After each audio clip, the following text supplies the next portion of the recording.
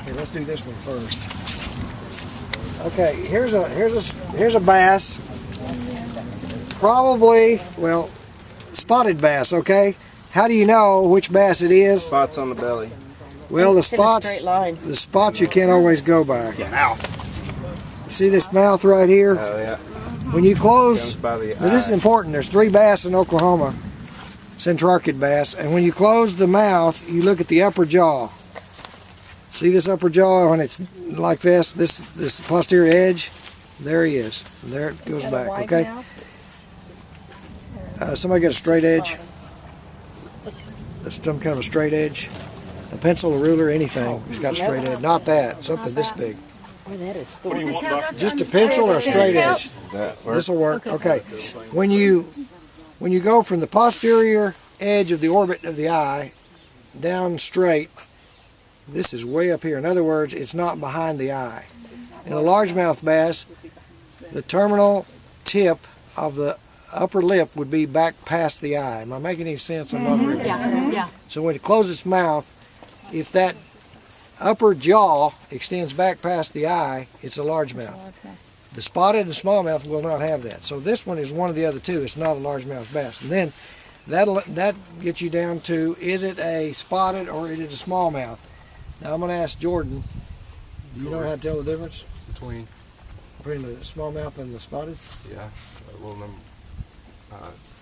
color is a big Okay, factor. which would you, just looking at that one, which would you say it is? A spot. It has this broken spotted line. See, now most of the time largemouth will have a continuous spotted dark lateral line, all right? Another thing is, if you have a big enough specimen, this one may not be big enough, there are teeth on the tongue of the spotted and not on the smallmouth. Smallmouth usually have red eyes. This one doesn't. But sometimes these things won't work. But anyway, this is a typical spotted bass. And we want to get this one back in the water real quick. Put him back in here. Okay. It's pretty. That is probably more long ear than anything. It's probably a hybrid. A lot of these little sunfishes hybridize, but you remember the long ear that has what I call the buffalo head on it? This big straight forehead. And then it has the long ear extension of the opercular flap right here. Well, this one sort of has that, but it also has a little orange in the margin. So it could be a cross between a red ear and a long ear. Now, I haven't seen a good long ear today, but we will. Sooner or later, we will. This is a very highly colored fish. And what family is this? I mean, you don't have to know the family name. Sunfish. Sunfish family, right. Is it a perch? No. Is it a perch? No. It's a brim. It's just a thump stucker or whatever it's called. Bluegill. Do all of you know bluegill by now? Purplish cast. Yes. Black in the soft dorsal. Long pectoral fin. You put the fin up like this, and if it almost goes to the back, it's long. If it didn't even come close, that's short. And that's one characteristic of sunfishes. Here you go. Yeah, go ahead. You got one of these? Did we see this before? It's a rock roller, isn't it? A rock roller? Stone roller. Something like that. It's a pebble roller in reality, probably. Okay, there's your U-shaped. There's your U-shaped mouth. See the cartilaginous U-shaped mouth? I don't know if we're gonna. Yeah, we got it. Stone roller. Small scales, and here's one that's got a little color in the fins. Probably a breeding male. Here we go. Press lateral line. See the gold on the side?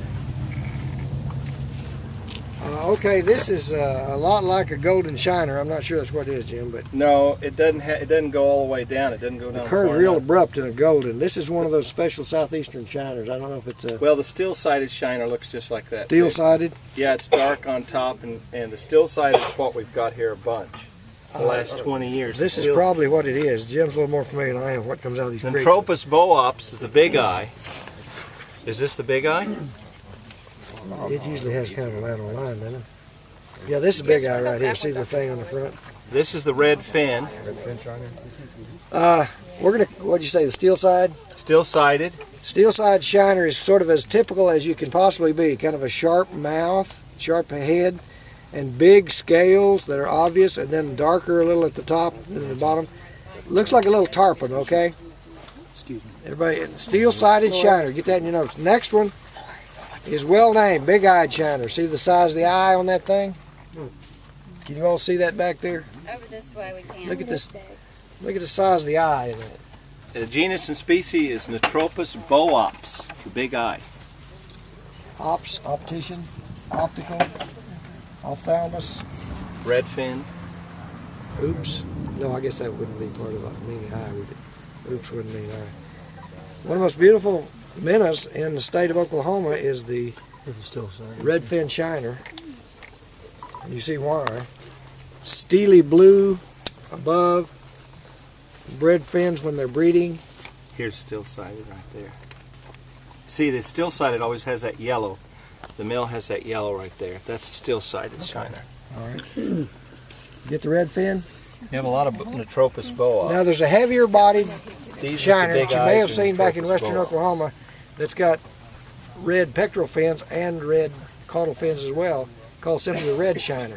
So common names can be confusing. Red fin shiner, back there These are red all shiner. big eye And we may get a red shiner today, This is not though. but you can see there's going to be a lot of minnows end up in a pile unidentified probably. So what do? That's You a have to go back to still the lab and take a key and run through that. Do you remember one of the keys, the characters I told you about, how you tell minnows apart? Very labor intensive, Scales. very tiny, removing what? The gills? Here. Oh Cooper's Oh, giving you a that hint. thing in the... You don't remove a gill, that won't do anything. But the arches that support the gills are either cartilage or bone, and you reach a little Present tiny hook journal. in there under a scope, take the arch out, and you've done the first step. Second step is you have to take the meat off the arches, all the flesh, and the third step is you have to count the number of teeth. See, And then you can't be absolutely sure, but you're probably closer anyway. Anything but else it in there is- that jumps out at you? Okay, we've had 2 still-sided shiners, and that was still-sided. 3 bluegill.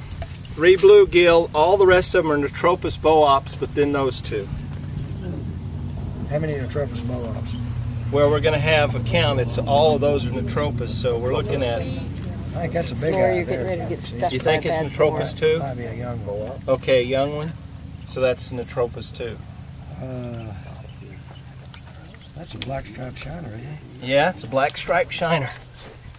Let's say 2 of these. 2 black striped shiners. Okay, and how much? 98. Big eyes. I'm gonna Okay. have this one mounted. All right, let's set up. You're going And to what set else up the was next we one. put in the body? Well, we haven't done this bucket here. We have